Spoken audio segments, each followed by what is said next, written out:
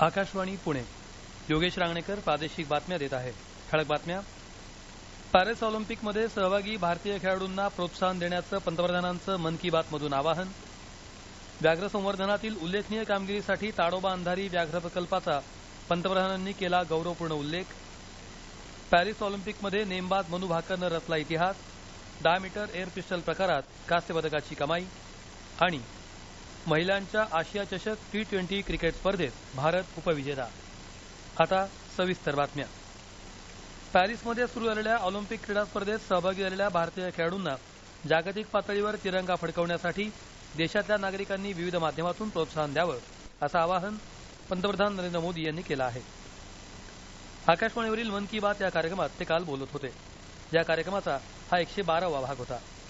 पंतप्रधानांनी आंतरराष्ट्रीय गणित ऑलिम्पियाडमध्ये सर्वोत्तम कामगिरी करणाऱ्या विद्यार्थ्यांशी संवाद साधत त्यांच्याकडून अनुभव जाणून घेतले. तसंच त्यांचं कौतुक आणि अभिनंदन केलं. यामध्ये पुण्याचा आदित्य वेंकट गणेश आणि सिद्धार्थ चोप्रा, मुंबईचा रुशील माथुर, दिल्लीचा अर्जुन गुप्ता, ग्रेटर नोएडाचा कनव तलवार आणि गुवाहाटीचा आनंदो भादुडी या विद्यार्थ्यांचा समावेश होता. हर घर तिरंगा हे अभियान आपल्या राष्ट्रध्वजाचा गौरव करणारा एक उत्सवच झाला असल्याचं सांगून पंतप्रधानांनी येत्या 15 ऑगस्टला हर घर तिरंगा अभियानात सहभागी होण्याचं आवाहन नागरिकांना केलं. तसंच संकेतस्थळावर राष्ट्रध्वजाबरोबरचा फोटो अपलोड करावा असं सांगून त्यांनी आगामी स्वातंत्र्य दिनाच्या सर्वांना शुभेच्छा दिल्या. वाघ आणि मानवी संघर्ष संपुष्टात आणण्यासाठी तसंच वाघांच्या संरक्षणासाठी देशभरात सुरू असलेल्या प्रयत्नांची माहितीही त्यांनी दिली. त्याचं उदाहरण देताना त्यांनी राज्यातल्या ताडोबा अंधारी व्याघ्र प्रकल्पाचाही उल्लेख केला. पंतप्रधानांनी कालच्या मन की बात कार्यक्रमात परी म्हणजेच पब्लिक आर्ट ऑफ इंडिया या प्रकल्पाविषयी माहिती दिली. कला आणि संस्कृती प्रेमींनी या संदर्भात अधिक काम करावं असं आवाहन त्यांनी केलं. हातमाग आणि इतर स्थानिक उत्पादनं लोकप्रिय करण्यासाठी देशभरातल्या महिलांच्या प्रयत्नांची त्यांनी माहिती दिली. यात त्यांनी महाराष्ट्राची पैठणी तसंच विदर्भातल्या हँडब्लॉक प्रिंट या हातमाग उत्पादनांचाही उल्लेख केला. ईशान्येकडील चरेदेव मैदान या युनेस्कोच्या जागतिक वारसा स्थळांच्या यादीत समावेश झाल्याचं सांगून भारतातलं हे 43वे आणि ईशान्येकडील पहिलंच वारसा स्थळ असल्याचं पंतप्रधान म्हणाले. सध्याचे झारखंडचे राज्यपाल CP राधाकृष्णन यांची महाराष्ट्राच्या राज्यपालपदी नियुक्ती करण्यात आली आहे. राष्ट्रपती द्रौपदी मुर्मू यांनी शनिवारी विविध राज्यांच्या नवीन राज्यपालांच्या नियुक्तीची घोषणा केली. त्यानुसार महाराष्ट्राच्या विधानसभेचे माजी अध्यक्ष हरिभाऊ बागडे यांची राजस्थानच्या राज्यपालपदी नियुक्ती करण्यात आली आहे. महाराष्ट्र विधान परिषदेच्या नुकत्याच झालेल्या निवडणुकीत निवडून आलेल्या सदस्यांचा शपथविधी काल विधानभवनातल्या मध्यवर्ती सभागृहात पार पडला. उपसभापती डॉ नीलम गोऱ्हे यांनी नवनिर्वाचित सदस्यांना शपथ दिली. यावेळी पंकजा मुंडे, सदाभाऊ खोत, परिणय फुके, भावना गवळी, कृपाल तुमाने, योगेश टिळेकर, प्रज्ञा सातव, शिवाजीराव गर्जे, अमित कोरखे, मिलिंद नार्वेकर आणि राजेश विटेकर या सदस्यांनी शपथ घेतली. विधान परिषदेच्या 11 जागांसाठी 12 जुलैला मतदान प्रक्रिया पार पडली होती. भाजप शासित राज्यांच्या मुख्यमंत्री आणि उपमुख्यमंत्र्यांच्या 2 दिवसांच्या परिषदेचा काल दिल्लीत समारोप झाला. विकसित राष्ट्रांचं उद्दिष्ट साध्य करण्यासाठी केंद्र सरकार आणि राज्य सरकारनं एकत्रितपणे जोमानं प्रयत्न करणं आवश्यक आहे असं पंतप्रधान नरेंद्र मोदी यावेळी म्हणाले. भाजपचे अध्यक्ष JP नड्डा, संरक्षण मंत्री राजनाथ सिंग, गृहमंत्री अमित शहा तसंच 13 मुख्यमंत्री आणि 15 उपमुख्यमंत्री या परिषदेला उपस्थित होते. स्त्रियांना आपलं कर्तृत्व दाखवायला संधी द्यायला हवी. समतेचे विचार मांडताना समान संधी, समान न्याय देणं गरजेचं असल्याचं प्रतिपादन राष्ट्रवादी काँग्रेस शरदचंद्र पवार गटाचे अध्यक्ष शरद पवार यांनी काल नवी मुंबईत केलं. वाशी इथल्या सिडको प्रदर्शनी केंद्रात डॉ मंगेश आमले यांनी आयोजित केलेल्या देशातल्या पहिल्या सामाजिक ऐक्य परिषदेत ते बोलत होते. एकसंघ समाज आणि एकसंघ राष्ट्र ही संकल्पना घेऊन काम करण्याची गरज आहे. देशाची अर्थव्यवस्था मजबूत करायची असेल तर सामाजिक ऐक्य असलं पाहिजे असंही पवार यावेळी म्हणाले. हे प्रादेशिक बातमीपत्र आपण आकाशवाणीच्या पुणे केंद्रावरून ऐकत आहात. लातूरमध्ये औद्योगिक प्रशिक्षण संस्थेच्या परिसरात सुरू होत असलेल्या महिलांसाठीच्या वसतिगृहाचं उद्घाटन ग्रामविकास मंत्री आणि लातूरचे पालकमंत्री गिरीश महाजन यांच्या हस्ते काल दूरस्थ माध्यमातून करण्यात आलं. राज्याच्या ग्रामीण आणि शहरी भागातून लातूर इथं आलेल्या शासकीय, निमशासकीय आणि सेवा क्षेत्रात कार्यरत असलेल्या महिलांना सुरक्षित निवासस्थान मिळावं, त्यांना सामाजिक सुरक्षा मिळावी यासाठी लातूर जिल्हा नियोजन समितीच्या वतीनं हे वसतिगृह उभारण्यात आलं आहे. भारतीय सेनेच्या वतीनं सांगलीतल्या पूरबाधित नागरिकांची आरोग्य तपासणी करण्यात आली. काल आरोग्य शिबिराचं उद्घाटन आयोजन करण्यात आलं होतं. यात मेजर डॉक्टर विनय यांनी रुग्णांची तपासणी केली. महानगरपालिका क्षेत्रातल्या पूर ओसरू लागल्यामुळे या भागात स्वच्छता मोहीम राबवण्यात येत आहे. दरम्यान संभाव्य पूर परिस्थितीचा सामना करण्यासाठी प्रशासन दक्ष आहे. नागरिकांनी घाबरून जाऊ नये असं प्रतिपादन जिल्ह्याचे पालकमंत्री डॉक्टर सुरेश खाडे यांनी केलं.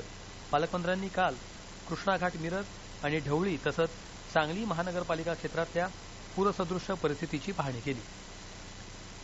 खारफुटीच्या संरक्षण संवर्धनाकरता युनेस्कोनं 26 जुलै हा आंतरराष्ट्रीय दिवस पाळण्याचं जाहीर केलं आहे. त्यानिमित्तानं काल नवी मुंबई महानगरपालिकेच्या वतीनं ऐरोली इथल्या खाडी किनारी विद्यार्थी आणि नागरिकांच्या सहयोगातून खाडी किनारा स्वच्छता मोहीम राबवण्यात आली.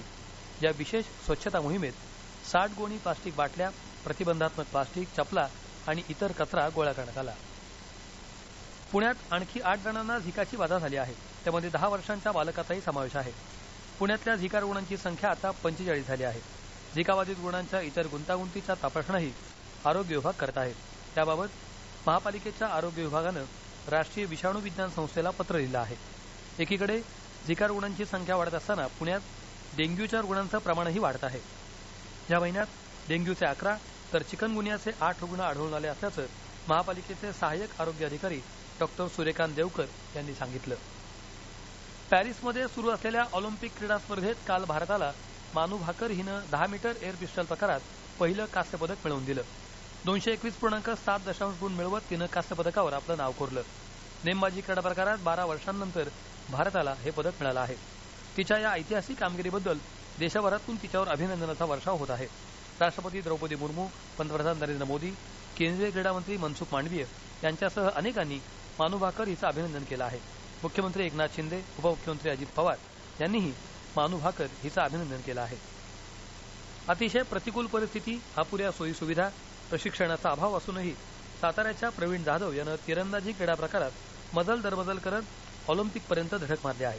गेल्या ऑलिम्पिकमध्ये थोडक्यात पदकानं हुलकावणी दिली असली तरी यावेळी मात्र तो पदकाला गवसणी घालण्यासाठी सज्ज झाला आहे. त्याचे प्रशिक्षक विकास भुजबळ यांनी आकाशवाणीशी बोलताना आपली प्रतिक्रिया नोंदवली. टोकियो ऑलिम्पिक 2000 साली तिरंदाजीमध्ये भारताचं नेतृत्व करून अतिशय उत्तम दर्जाचं खेळाचं प्रदर्शन करणारे प्रवीण जाधव याही वर्षी पॅरिस ऑलिम्पिक 2024 साठी पात्र झालेले आहेत.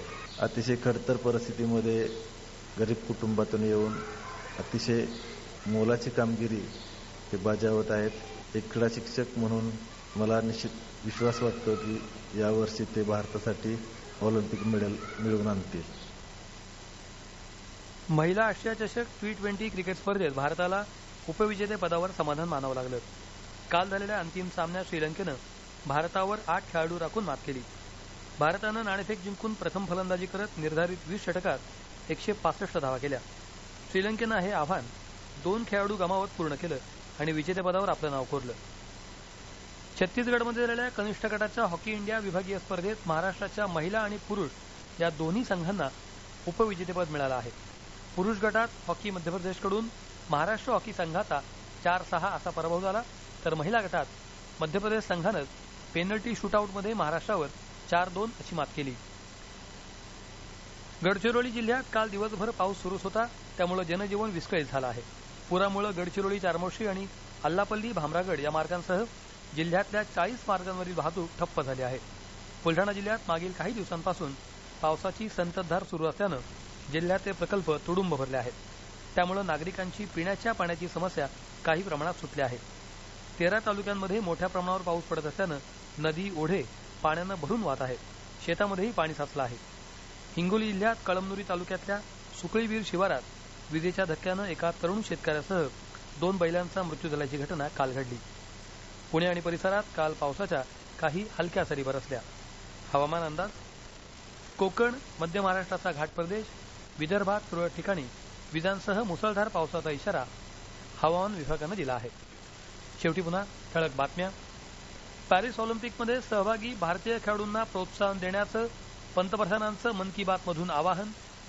व्याघ्र संवर्धनातील उल्लेखनीय कामगिरीसाठी ताडोबा अंधारी व्याघ्र प्रकल्पाचा पंतप्रधानांनी केला गौरवपूर्ण उल्लेख. पॅरिस ऑलिम्पिकमध्ये नेमबाज मानू भाकरनं रचला इतिहास. 10 मीटर एअर पिस्टल प्रकारात कांस्य पदकाची कमाई. आणि महिलांच्या आशिया चषक T20 क्रिकेट स्पर्धेत भारत उपविजेता.